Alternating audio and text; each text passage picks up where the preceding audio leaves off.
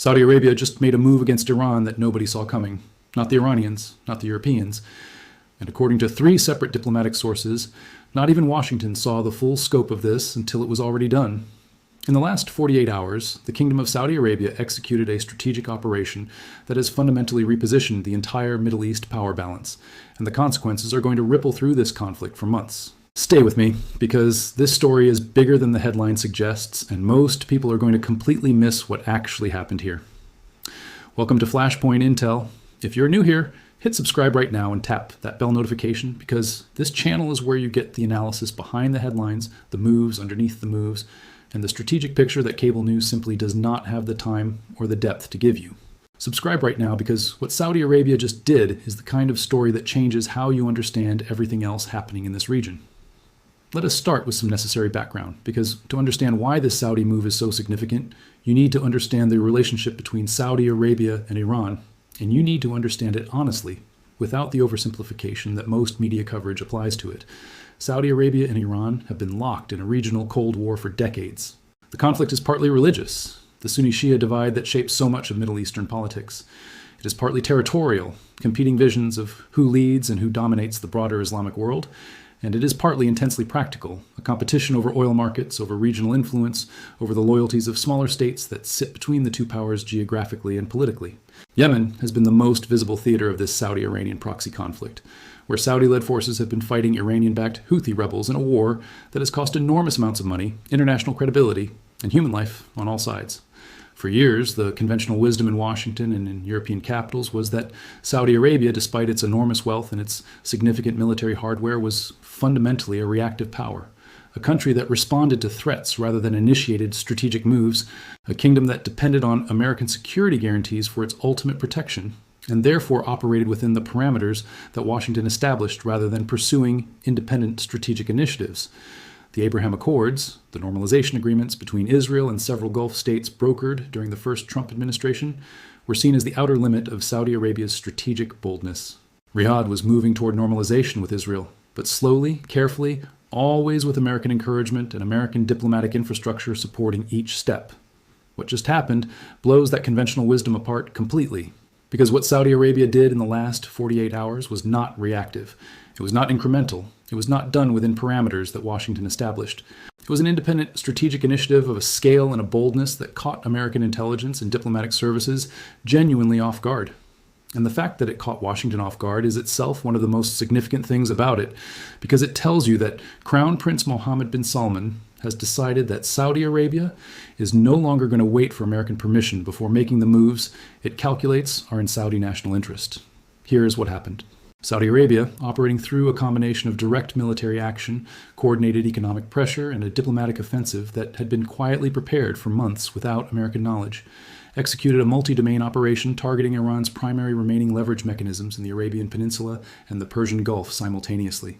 The operation had 3 distinct components that were sequenced and coordinated with a level of operational sophistication that surprised even analysts who have been watching the Saudi military's modernization program closely. The first component was military. Saudi Arabia's Royal Air Force, using a combination of its F-15SA fleet and its Typhoon aircraft, conducted precision strikes on Houthi command infrastructure in Yemen that specifically targeted the nodes through which Iran's IRGC Quds Force has been maintaining its operational control over Houthi military decision-making. These were not the broad area strikes that Saudi Arabia has been conducting in Yemen for years. These were precision operations against specific facilities, specific communication nodes, and specific personnel whose identities Saudi intelligence had developed over an extended period. The strikes did not target Houthi forces generally. They targeted the Iranian layer within the Houthi command structure, the advisors, the communication links, the logistics networks through which Tehran exercises its influence over a proxy force that has been one of Iran's most effective tools of regional pressure.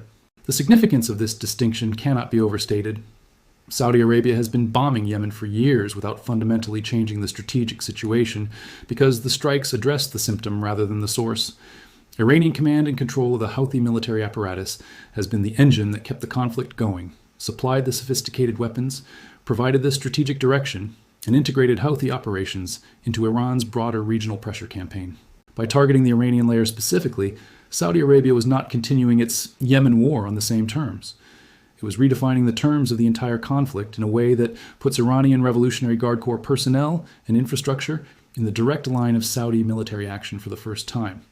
The second component was economic, and this is the one that is going to have the longest lasting consequences. Saudi Arabia coordinated with its OPEC Plus partners to implement a production decision that specifically counteracts Iran's ability to use oil revenue from its remaining export channels to fund its military operations in the current conflict. The details of the production adjustment are complex, but the strategic logic is simple. Iran's economic lifeline, already stressed by Chinese cooling on the relationship and by the sanctions architecture that American pressure has maintained, depends on maintaining oil revenue above a certain threshold to keep the IRGC funded and the regime's essential functions operational.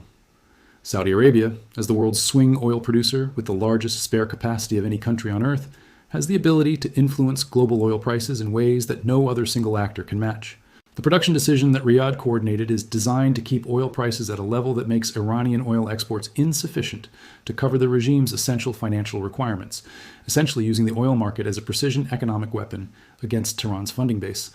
The third component is the one that truly nobody saw coming, and it is the diplomatic piece that makes the military and economic moves coherent as parts of a single unified strategy rather than a collection of independent actions. Saudi Arabia has been conducting secret back-channel negotiations with a set of Iranian opposition figures, tribal leaders, and regional power brokers inside Iran who have been increasingly vocal about their dissatisfaction with the IRGC hardline faction's management of the current conflict.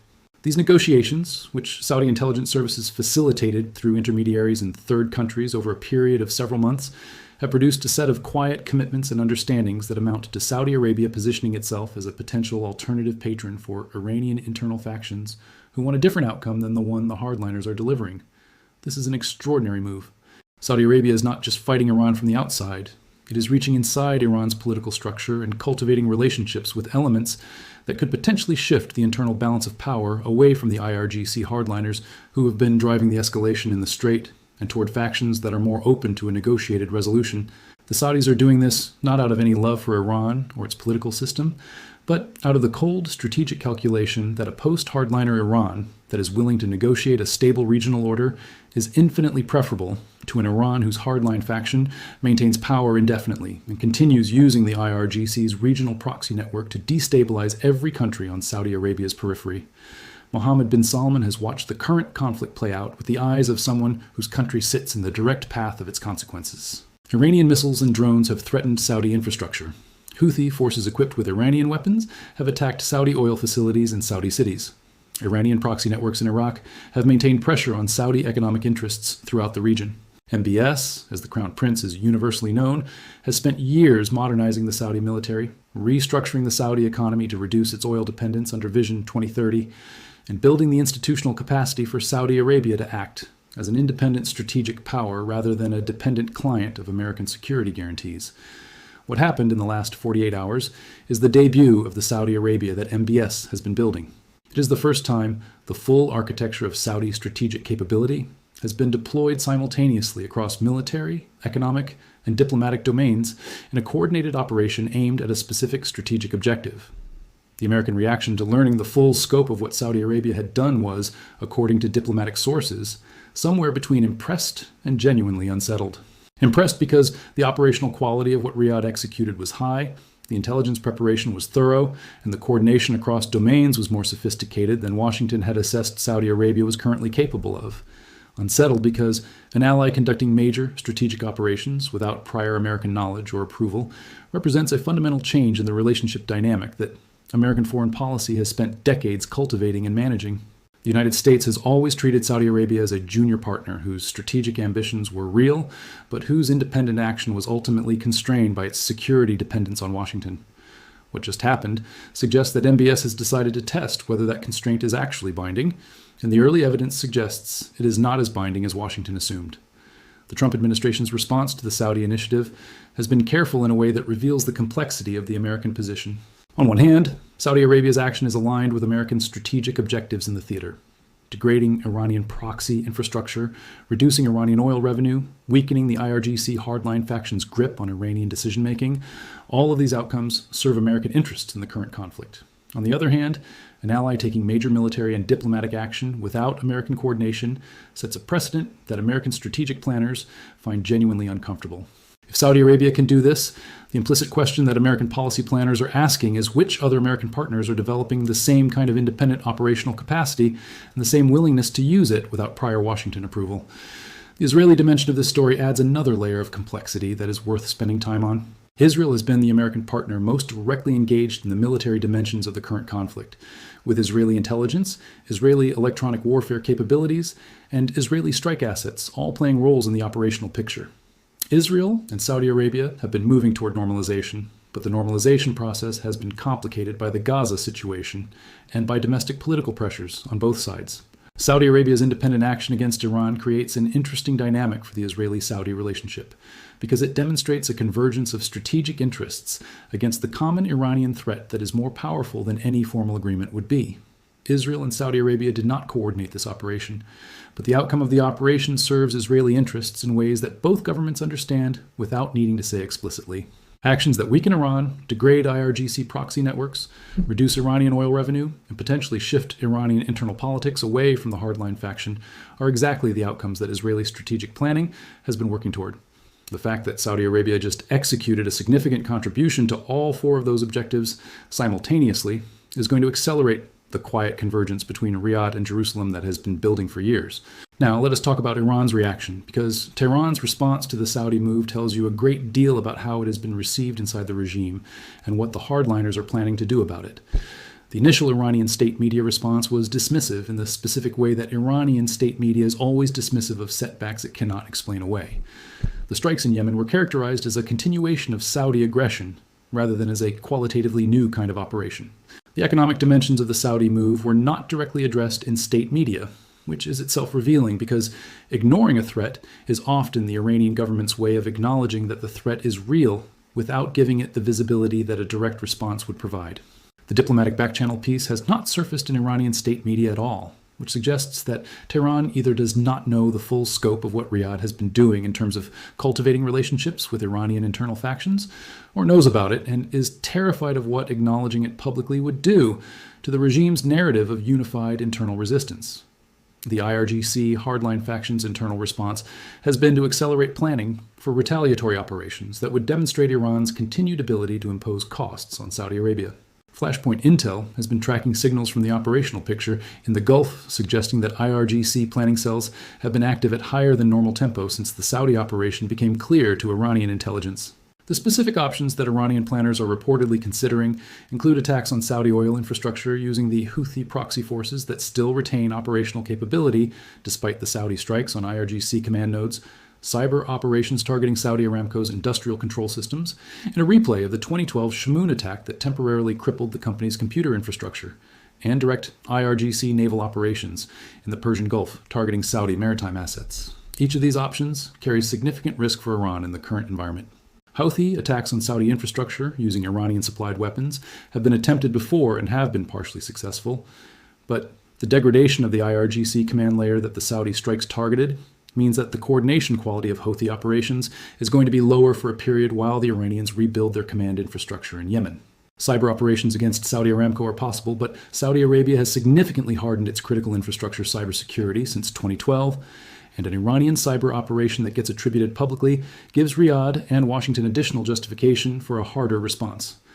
Direct IRGC naval operations in the Persian Gulf are the highest risk option because the American military presence in the theater means that Iranian naval aggression against Saudi assets could quickly produce an American military response that Iran is in no position to absorb well right now.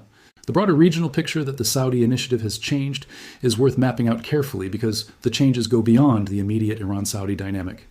The Gulf Cooperation Council states the UAE, Kuwait, Bahrain, Qatar, and Oman have all been watching how Saudi Arabia's independent action plays out. For the smaller Gulf states, Saudi Arabia's demonstrated willingness and ability to act independently against Iran is significant in multiple ways. It reduces their sense of dependence on American security guarantees as the only available protection against Iranian pressure, because it shows that Saudi Arabia is capable of generating genuine strategic deterrence against Tehran through its own actions. It also creates some anxiety about what a more assertive Saudi Arabia means for the internal GCC dynamic, because a Saudi Arabia that acts boldly and independently against external threats is also a Saudi Arabia that may be more willing to act assertively in regional political disputes where Saudi and smaller Gulf state interests do not perfectly align. Qatar's position is particularly interesting here.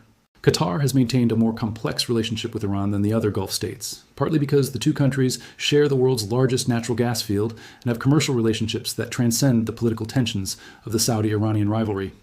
Qatar has also been a critical American military hub, hosting the Al Udeid Air Base, which is central to American air operations throughout the region. The Saudi move puts Qatar in a position where its various relationships with Saudi Arabia, Iran, the United States, and its own commercial interests in the shared gas field are all being stressed simultaneously. How Doha navigates that stress over the coming weeks will be one of the secondary storylines worth watching. Turkey is watching this development with the calculating attention that Ankara brings to every major shift in regional power dynamics. Turkey and Saudi Arabia have had a complicated relationship that includes genuine hostility stemming from the Khashoggi affair and its diplomatic aftermath. But Turkey and Iran also have significant points of competition across multiple theaters, including Syria and the broader question of regional leadership in the Muslim world. A weakened Iran serves certain Turkish interests, even if Turkey would never publicly say so and would never coordinate with Riyadh to produce that outcome.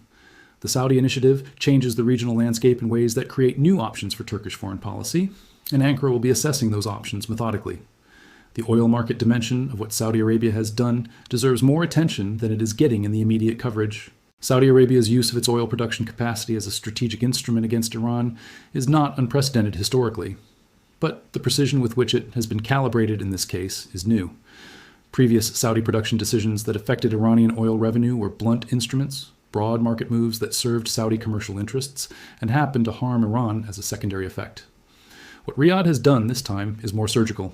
The production coordination with OPEC Plus partners was specifically structured to affect the price band that most directly constrains Iranian export revenue, without pushing prices so high that they generate the energy market panic that would bring international pressure on Saudi Arabia to reverse course. It is oil market manipulation as precision economic warfare, and it demonstrates a level of financial and economic strategic sophistication that is going to make a lot of Iran's remaining supporters reconsider whether they can continue providing political cover for Tehran at the current level.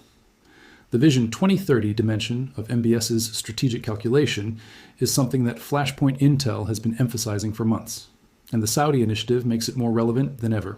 Mohammed bin Salman's entire domestic political project depends on successfully transforming the Saudi economy from oil dependence to a diversified modern economy with a significant non-oil private sector. That transformation requires stability, foreign investment, and international credibility. Every month that the current conflict in the Gulf continues, every missile that flies near Saudi territory, every disruption to regional shipping and commerce imposes costs on Vision 2030's timeline and credibility. MBS has a powerful personal incentive to end this conflict on terms that are durable, not just because it serves Saudi national interest in the abstract, but because it serves his specific political project in the concrete. The bold move against Iran is not separate from Vision 2030. It is an instrument of Vision 2030. It is MBS using Saudi strategic power to create the regional stability that his economic transformation project requires. The American intelligence community's assessment of what Saudi Arabia has demonstrated in this operation is going to produce some significant internal conversations in Washington about how to recalibrate the American relationship with Riyadh. The relationship has been complicated throughout the Biden years by human rights concerns, by the Khashoggi affair, by disagreements over oil production decisions, and by a general sense, in some parts of the American foreign policy establishment, that Saudi Arabia's values and interests were diverging from American values in ways that made their relationship uncomfortable to sustain at its traditional level of closeness. The Trump administration has been more straightforwardly transactional with Riyadh, focused on arms sales, oil market stability, and counterterrorism cooperation, rather than the values-based dimensions of the relationship that created tension during the Biden period. What Saudi Arabia just did makes the relationship more valuable to the United States on purely strategic grounds at exactly the moment when the strategic situation in the Gulf most requires effective partnerships. MBS has timed this initiative in a way that maximizes its impact on the American reassessment of what Saudi Arabia is worth as a partner and what Washington needs to offer to keep that partnership aligned with American interests. The next phase of this story is going to develop on multiple tracks simultaneously. The military track in Yemen will determine whether the Saudi strikes on IRGC command infrastructure have produced the degradation of Iranian proxy control that Riyadh intended, or whether Iran has backup channels and redundant systems that restore Houthi operational coherence faster than Saudi intelligence predicted.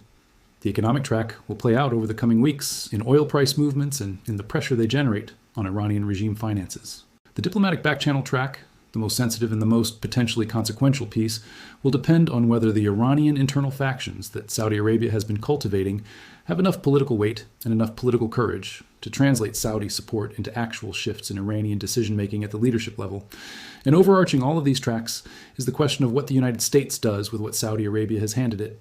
Washington has been given a strategic gift in the sense that a capable and newly assertive regional partner has taken significant independent action against the common threat in a way that serves American objectives without requiring American military assets or American political capital to execute. The question is whether American foreign policy has the flexibility and the vision to recognize this gift for what it is and build on it, or whether the instinct to reassert American management and control of the relationship undermines the independent Saudi capacity that just demonstrated its value so effectively. FlashPoint Intel is going to stay on every dimension of this story as it develops. The Saudi move is not a one-time event. It is the opening of a new phase in this conflict where the regional power balance is more genuinely multipolar than it has been at any previous point. American power remains the dominant force in the theater, but Saudi Arabia has just demonstrated that it is a strategic actor in its own right, not just a wealthy client, and the Iran that wakes up to that new reality is an Iran facing a more complex and more capable coalition than it has ever faced before.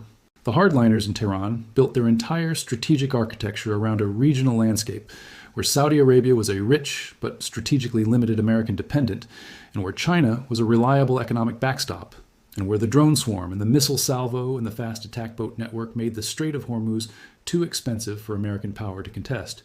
Every one of those assumptions has been operationally challenged in the last several weeks. And now the assumption about Saudi Arabia's strategic limitations has been challenged as definitively as any of the others. Before I go, I want to hear from you directly. Drop a comment right now and tell me, do you think Saudi Arabia's bold move actually changes the outcome of this conflict? Or is Iran going to find a way to absorb the pressure and keep the hardliners in power? That debate is happening in diplomatic circles right now, and I want to know what this community thinks. Share this video with someone who is following the story, because the Saudi dimension is the piece that most people are completely missing, and it is the piece that might actually matter most for how this ends. FlashPoint Intel will be back with the next update as this develops. Stay sharp, stay informed, and we will see you in the next one.